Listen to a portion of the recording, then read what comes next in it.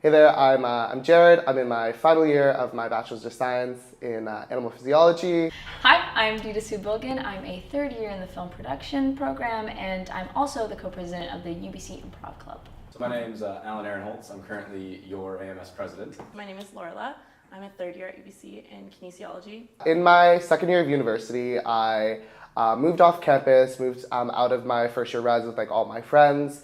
I ended up having a weird housing situation where I didn't end up living with anyone.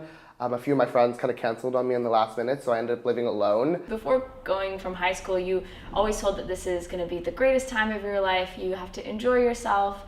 And I think the moments where you feel alone or disillusioned, you start to feel kind of guilty in a sense. So going back to my second year, really my mentality was trying to do it all.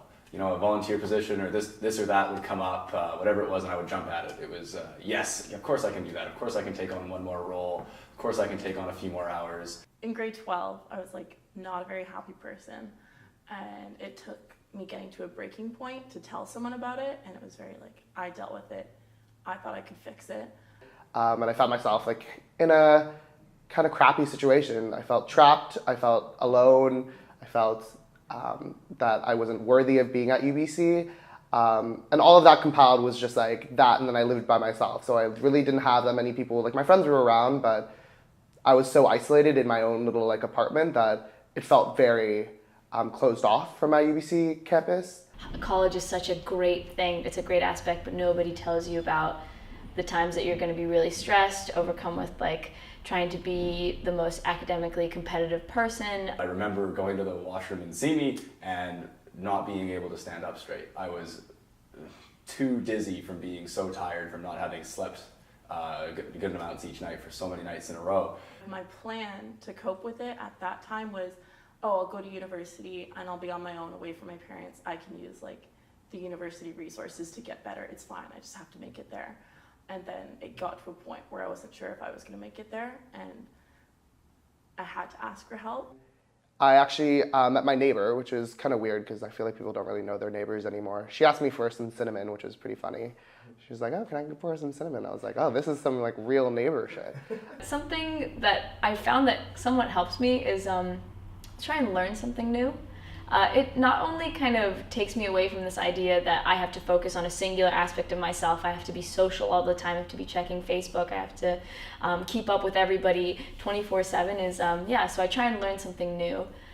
It sounds really simple, but just ensuring that I was getting out on a soccer field or on an alternate field for a couple hours each week made the biggest difference for my mental health, because when you're walking around campus or, if you're driving, you're on the bus, whatever it is, you can still be thinking about, oh, what about that email, that meeting, that homework assignment that I have. Luckily, I found UBC Rec, and that kind of became my way of coping. At first, I thought it was a work commitment thing, and that was part of my problem, is that I was I need to work, and this is for the resume, and and then it magically became my coping mechanism. Building that one-on-one relationship and opening up to a friend and having that support system in place really helped me to talk through a lot of my issues, helped me to realize that I wasn't alone in how I felt. I think a lot of people are afraid of being alone, and you kind of learn about yourself in that sense when you're in university. You learn that being alone is okay. You learn that reaching out is okay. And you begin to become comfortable with yourself because you're seeing new sides of yourself. Putting in I'd like to have coffee with a friend at this point, and making sure that I am booking off that time and I'm not letting human interaction not be a thing that I have, because that's really helpful for me. For myself, music definitely helps me create that space between stress and school and anxiety and well-being and myself and a whole person.